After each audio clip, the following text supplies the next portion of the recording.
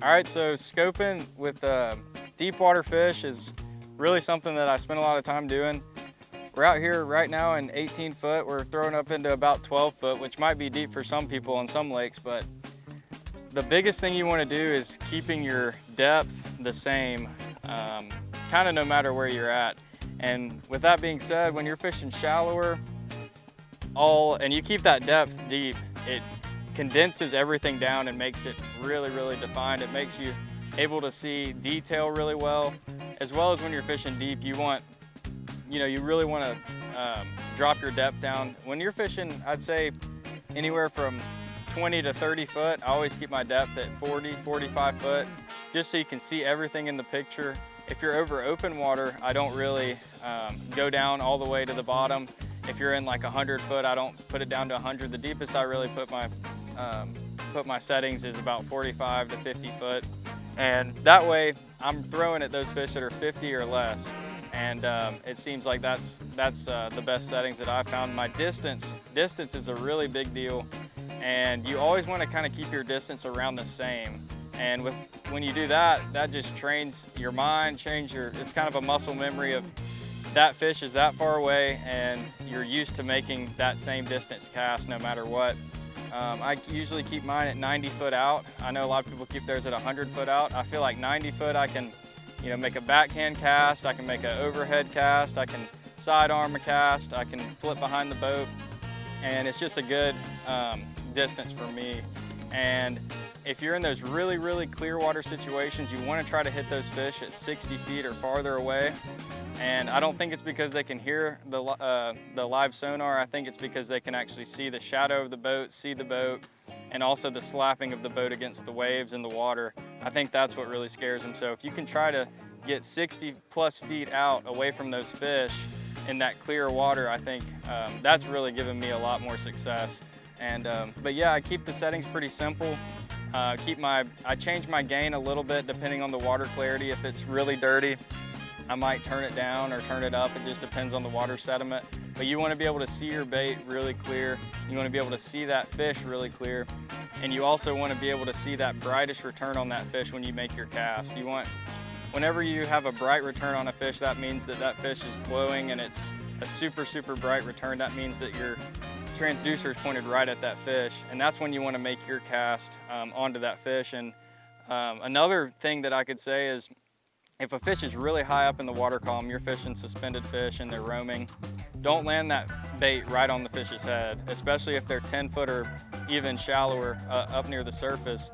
You want to throw that bait past that fish, actually reel it to the fish and let it fall under the water so that it's a more natural presentation. You don't want, there's not many times when a shad just comes flying and out of the air and hits the water. So a silent approach like that is more natural.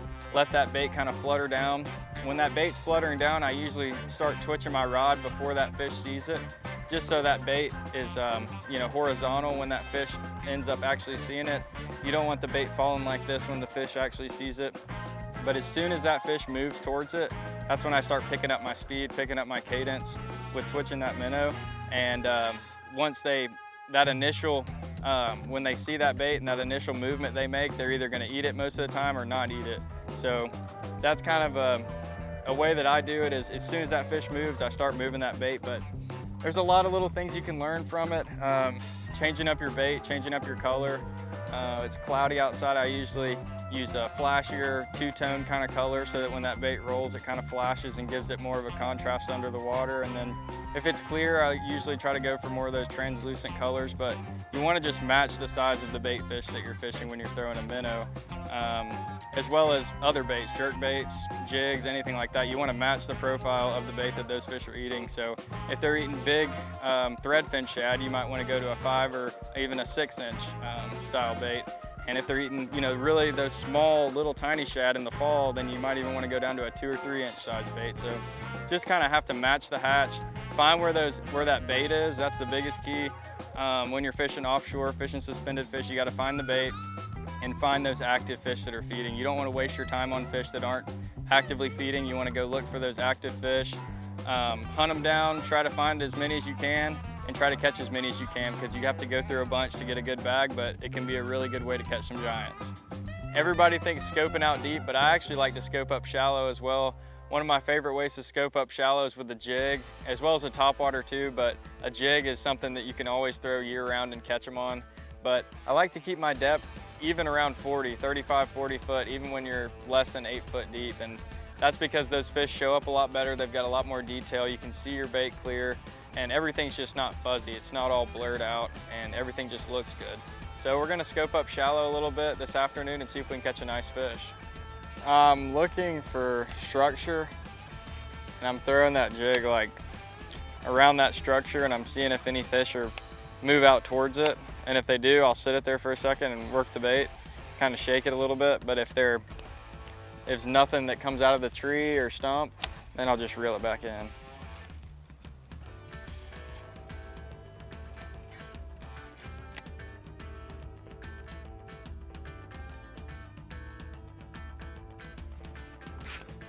There's a good one. That's a really good one. Oh gosh. Oh. That's why you scope a jig up shallow, guys. That is a toad. Gosh, what a pretty fish.